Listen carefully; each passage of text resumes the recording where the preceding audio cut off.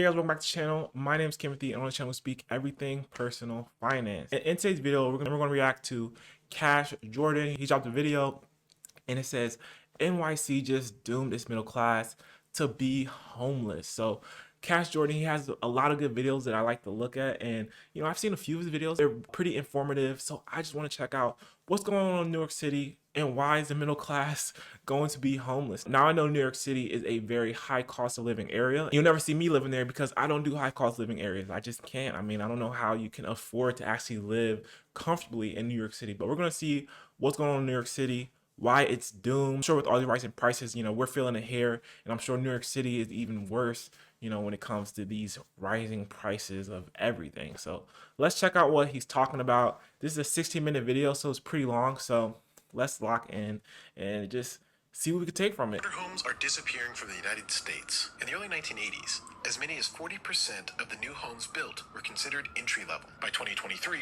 just 9% fit the criteria. Give it another 20 years and literally no young person will be able to afford. Yeah, we don't have to wait 20 years for that to happen. And I was just going to say that a lot of young people can't afford housing today. I mean, 20 years, people are not being able to buy a house right now. I mean, I know, back in the days, our parents or our grandparents were able to buy a house in their 20s, but a lot of people's financial situation is not so. I was only able to buy this house and the house down the street because I moved to the Midwest. I moved to a lower cost of living area, and I also focused on saving for this. And I didn't put down a whole 20% to get this house, but it was also a very cheap house. So it's all about timing and where you live. Like, you can still buy a house in your 20s.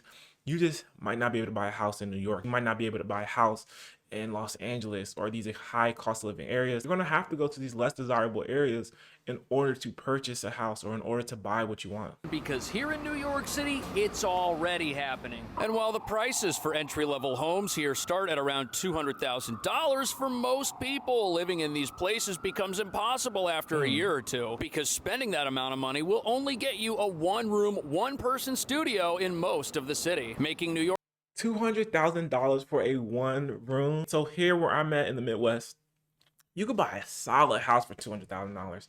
You could buy a solid house for $250,000. You could buy a house for $150,000 where I'm at.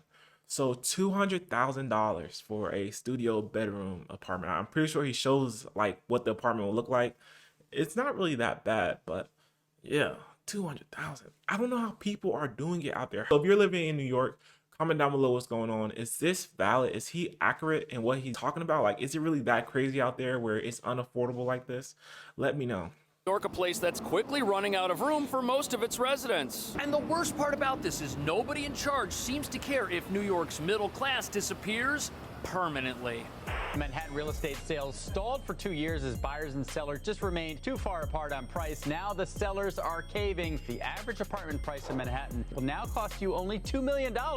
Yeah, a starter home used to be a smaller condo, a smaller space, and someone would upgrade maybe after 5 years as they get married or have a family and want to move. But now we're actually seeing that most people are buying their first home as a single family residence. Rents have been steadily rising in New York City in recent years, but incomes have not kept pace. Median rents in New York City rose 18%. A new survey reveals 85% of New Yorkers say the cost of food is rising faster than their income.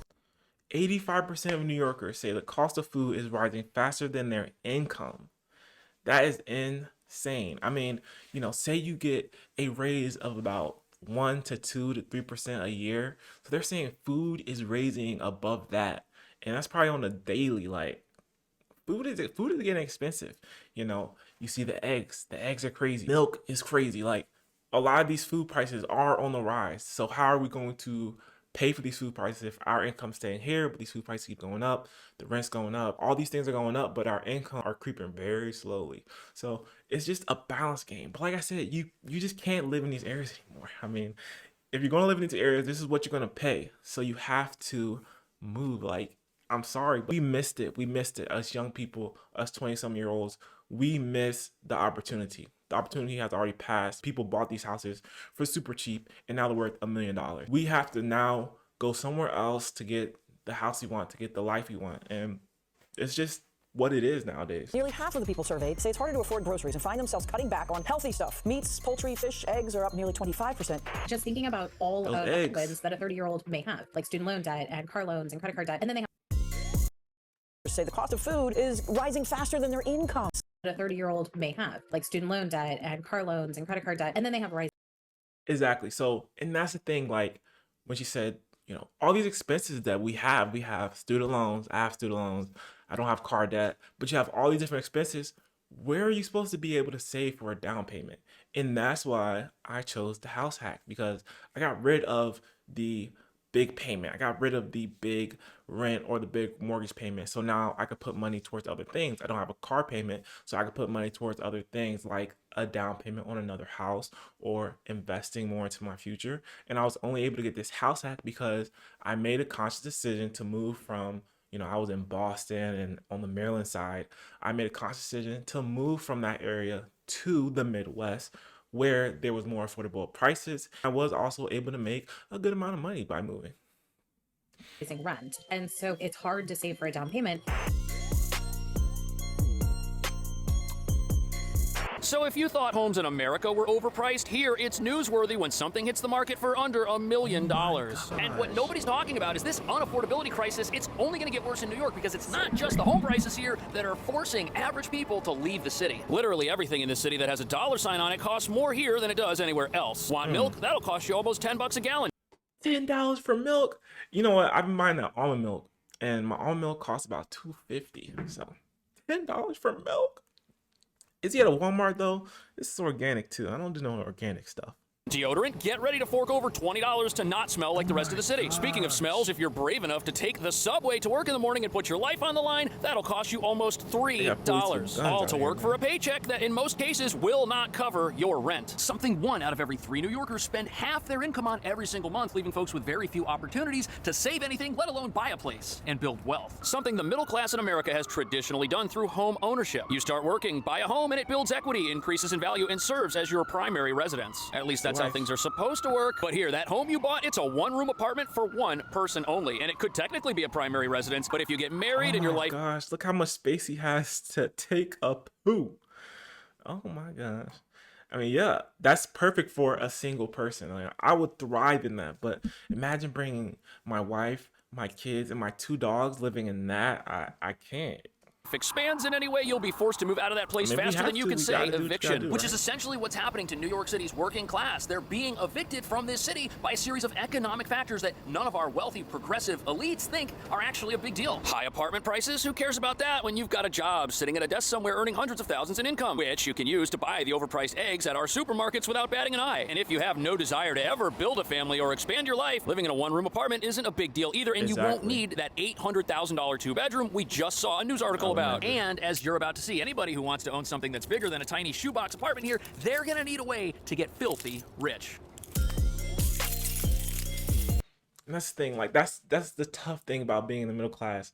You're in the middle class where you don't make a whole bunch of money. Like you're not making $200,000 a year, but you're also not making a little bit of money and where you can take advantage of government assistance. So you're right in that $60,000 to $100,000 to maybe $120,000 or $150,000 if you have a dual household income.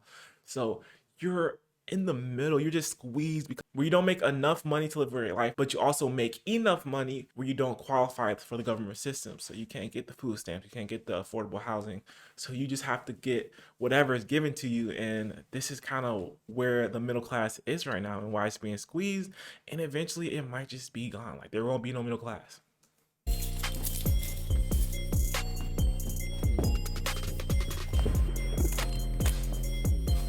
This apartment looks nice.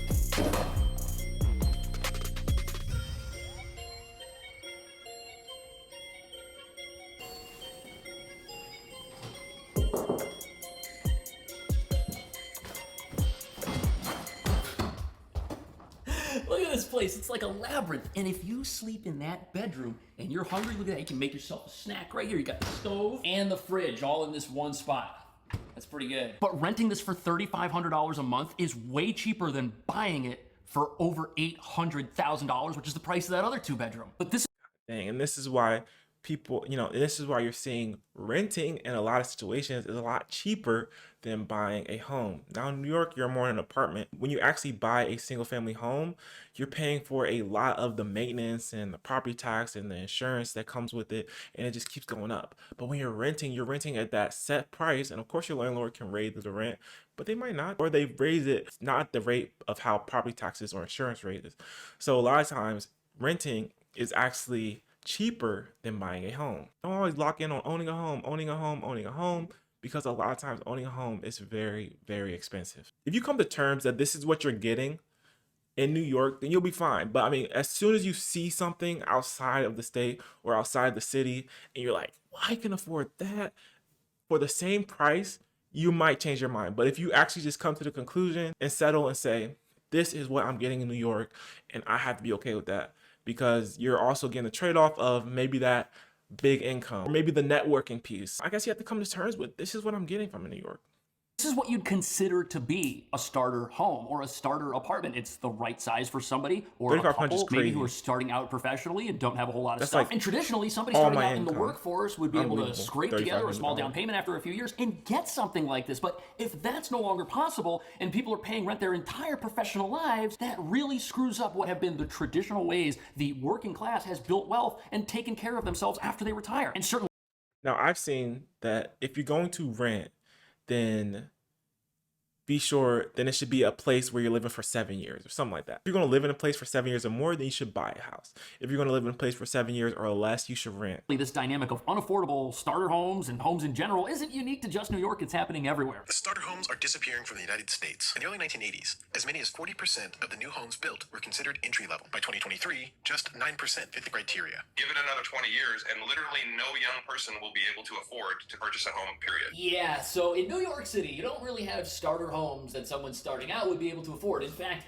anything that's getting purchased around here is probably getting purchased by somebody who is already of means. And the reason that this is such a disaster is because if you're able to own what becomes your primary residence and then sell it after a while, well, it means you'll be able to recoup what is the largest expense most people have, housing. Man, this is definitely a tight sink. This might be a starter home for somebody who just became old enough to start washing their hands by themselves. Man, look at this. Wow. My arms are stuck. But you know something? Every apartment in this city is like this to an extent, and you can either rent something like this or you can way overpay to say that you own something like this. But the problem of lack of starter homes in this country, it causes a couple of problems. The first problem, obviously, is the whole dynamic of how people build wealth through home ownership instead of paying rent. But the second problem it causes is that eventually it'll push up rental prices beyond what most people can afford. And that's where we find ourselves in this city. We've now run out of affordable homes across the rental market and the sales market. And some people say things may be past the point of no return. And if you look across the street here, you can see the obvious problem here. We aren't building new buildings. All of these tiny little buildings here, they have to be replaced by the exact same thing if they ever fall down. And even though you could triple the amount of people living in each plot here if you just allow taller buildings, New York zoning laws do not allow that. And that's why most of the real estate that you find in this city looks and feels like where we are right now. However, the lack of new construction isn't the only reason why housing prices haven't gone down to what most people can afford. Sadly, there's a much bigger monster out there that's holding many people back financially, stopping them from owning homes, and it's probably not going to change anytime soon. The premium paid to buy a home has increased sharply relative to renting over the past decade. The increases in home prices have also outpaced increases in wages, and the median age of the typical first-time home buyer has climbed to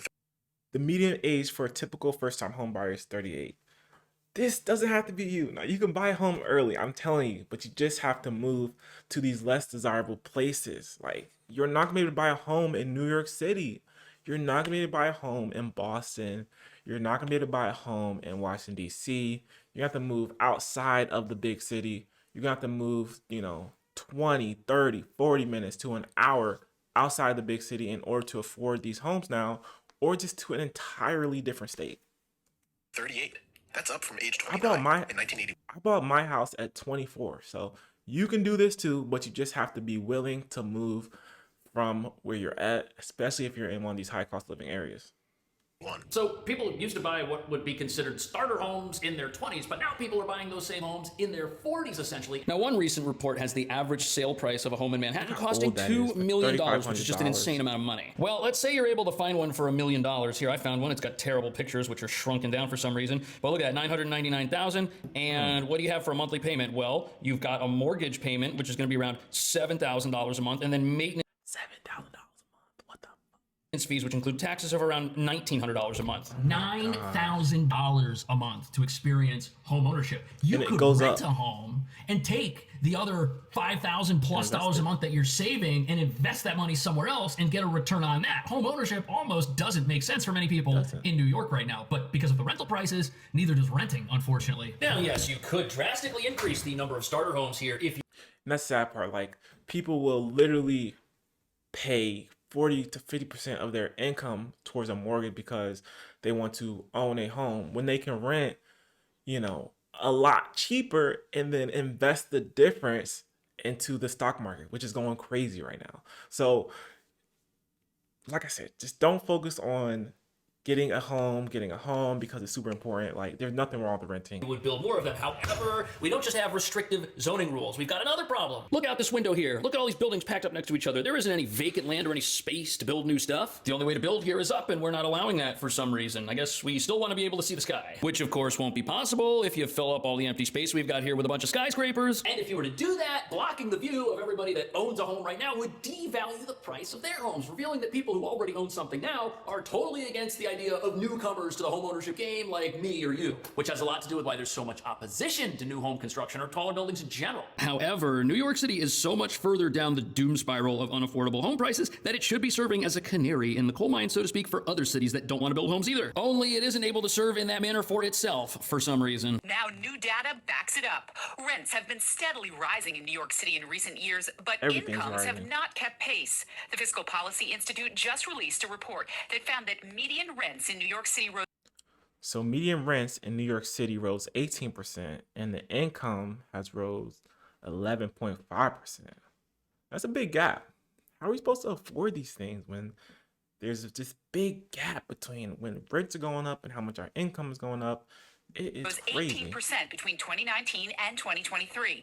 During that same period, incomes only grew by just over 11%. So the only way that incomes can rise slower than rents are rising is if you have a shortage of places to rent, which is where we are right now. We're actually in the worst housing crisis New York City has seen in the last 50 years. It's crazy. 1.4% of apartments are even available to be rented. And right now the average upfront costs to rent something are $13,000, an amount of money that would bankrupt most people. And what that creates is a situation where you have people who are stuck in an apartment where they might be paying too much to move, or where they might be missing out on certain aspects of life, but moving from that apartment would cost so much money that they end up staying there. And God forbid you lose your security deposit when you move. Oh man, that's an extra month of rent on top of that $13,000. And then the movers, I mean, you could be paying $20,000, revealing that everyone who rents here is a prisoner to some extent. Now, some of you might be thinking, well, if renting's a bad move and if housing demand is so high, why don't I just buy every place I live in? For example, if I'm telling you, you can get some where I'm at for an apartment like this, you know, with all the oldness, with the rust, with the paint chips,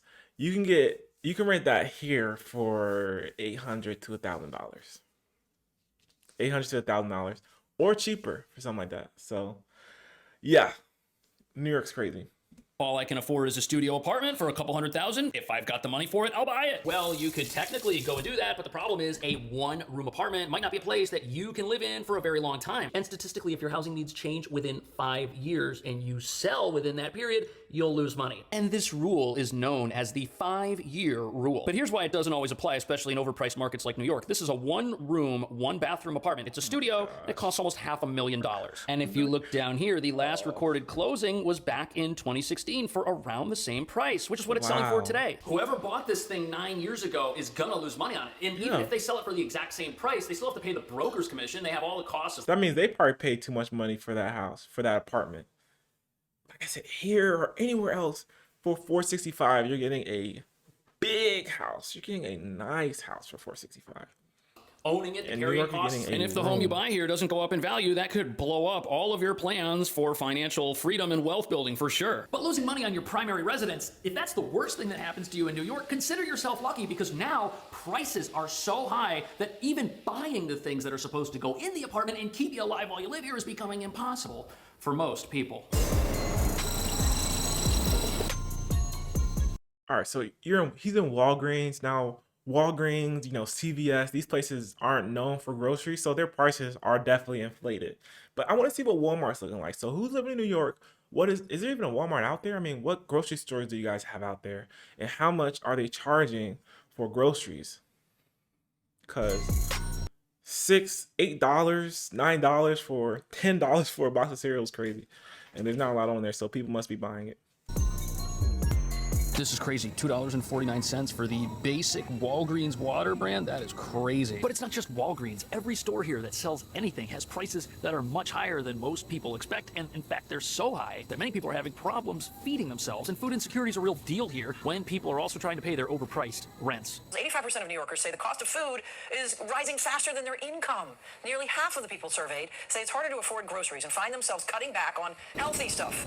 You know something? This sounds just like the housing market. 85% of New Yorkers report that the costs to buy food are rising way faster than they can afford, with things like cereals and baking products being 26% more expensive than they were in 18. Milk and eggs, those are up 25%. Fruits and vegetables, those are up 17%. And astronomical grocery prices are just another way the middle class here is being squeezed and forced out of this city. Basic apartments, those cost too much. Basic foods at the grocery store, those also cost too much. Now, food prices are rising due to factors that are related to the production of the very foods we're consuming, yes, but that's not the only reason prices are high in a city like New York. You've got other issues like theft, which causes a lot of stuff to get stolen. And if people are stealing their groceries instead of paying for them, that's just going to jack up prices. And 93% of grocers said they were shoplifted from in 2023. That's wow, 90%, huh?